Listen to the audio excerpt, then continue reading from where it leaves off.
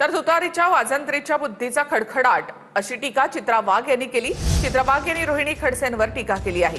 छू म्हटला तर भुंकायचं ही भाजपची शैली नाही असं चित्रा वाघ म्हणतायत। तुम्हाला मात्र तुमच्या मालकिणीला काही बोललं की मिरची चोमते अशी टीकाही चित्रा वाघ यांनी केली आहे।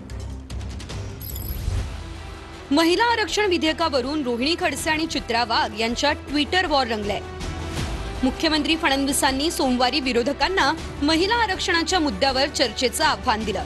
हे आव्हान सुप्रिया सुळेंनी स्वीकारल्यानंतर शरद पवार असतील तर फडणवीस ओपन डिबेट करतील असं वक्तव्य केलं होतं। यावरून रोहिणी खडसे आणि चित्रा वाघ यांच्यात शाब्दिक युद्ध रंगलंय।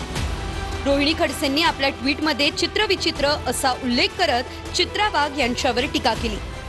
सुप्रिया सुळेंनी खुलं आव्हान काय स्वीकारलं तर लोकांच्या पायाखालची जमीनच सरकलेली दिसते। चर्चेला येण्याची हिंमत नाही, आपण एक्सपोज होऊ म्हणून चित्रा विचित्र माणसांना छू म्हटलंय।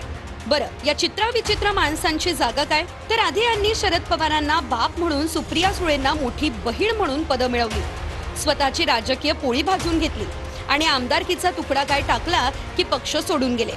तिकडे गेल्यावर देखील पवार सुप्रियाताईंवर टीका केल्यावरच यांचे घर चालते। अशा लोकांनी तरी सुप्रियाताई सुळे यांच्यावर बोलू नये।